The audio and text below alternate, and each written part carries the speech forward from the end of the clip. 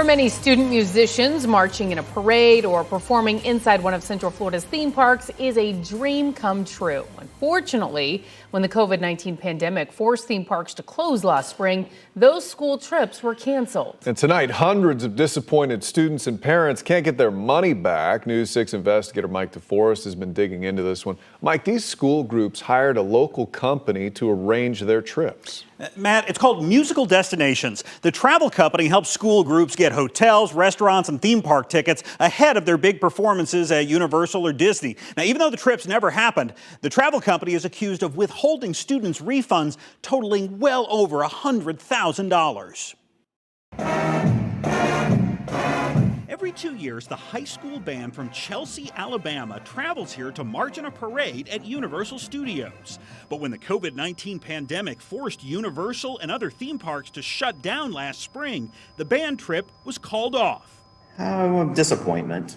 I think that is the best way to describe the way they felt about it.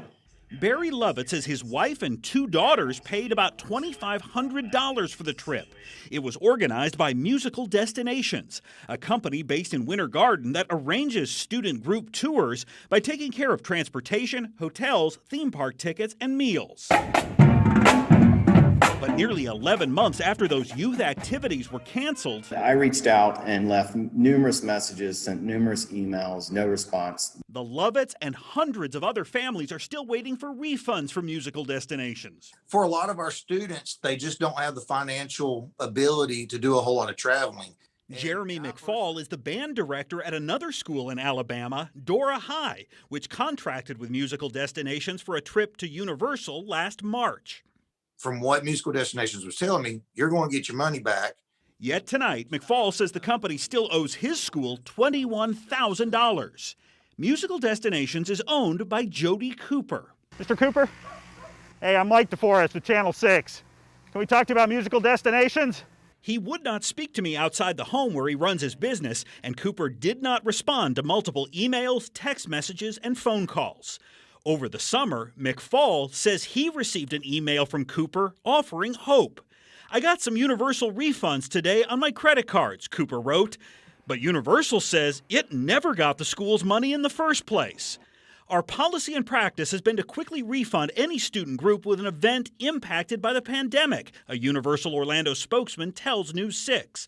That said, we never receive payment from Musical Destinations on behalf of these groups, and we are no longer doing business with the company. Oh my God. Wow. What questions does that raise in your mind about your money? Where did the money go? I mean, straight up, that's the only question I have. For now, the owner of Musical Destinations is not answering that question, but he might eventually be compelled to do so. Another Alabama school, Springville High, is planning to file a lawsuit against Musical Destinations. That school alone claims it's owed more than $100,000. Matt and Lisa. That was a lot of money. Mike DeForest, thank you.